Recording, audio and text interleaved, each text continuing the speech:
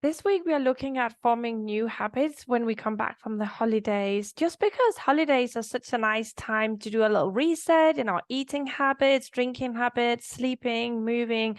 What are we doing to take care of ourselves? And I wanted to do a video about how to not beat ourselves up when we have made a plan and we have made a decision and how amazing we're going to be now. We're going to take care of ourselves so much and we have all these ideas. And if you're anything like me, you probably have set up like 1,000 things that now you want to do and not do to take more care of yourselves.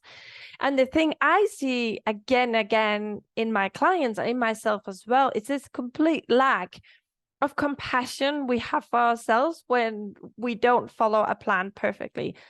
It's like we expect that we should be like robots, just make a plan and you follow it, and then that's it.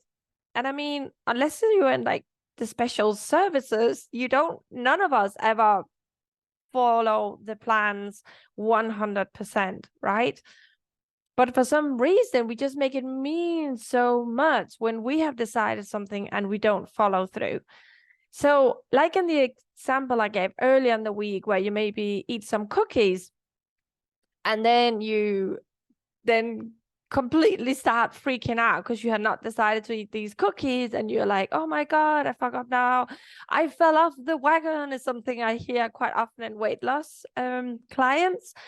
And there is no wagon to fall off. You've just eaten a bit more biscuits than you had planned for, so you don't need to go into the all or nothing thinking, going, oh, I've had some biscuits now. Well, that's it then for the week. That's my calorie count. If you count calories, which I do not recommend, it's horrible.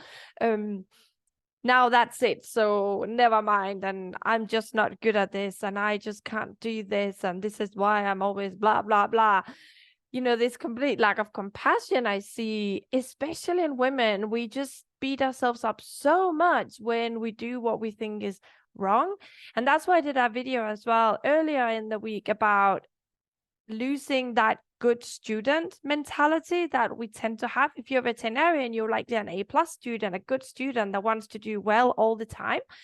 And then when something goes wrong, it means that something has gone horribly wrong and everything is wrong and nothing is right. And why do you do this? And we just tend to do this instead of being a bit more willing to experiment, try out things. This doesn't really work for me. I actually don't tolerate that well eating boiled lentils every day. I don't think that's funny.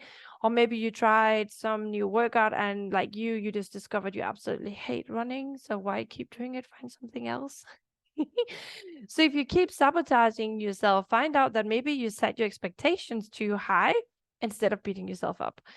Or if you keep not following through and then beating yourself up, then that can also form the ground for never wanting to plan anything again, because your brain knows that if you plan something you don't follow through, you're going to beat yourself up and be really mean to yourself, and your brain is going to be scared of that, so it will then refuse to plan anything. It'll come up with excuses if you try to plan anything in the future.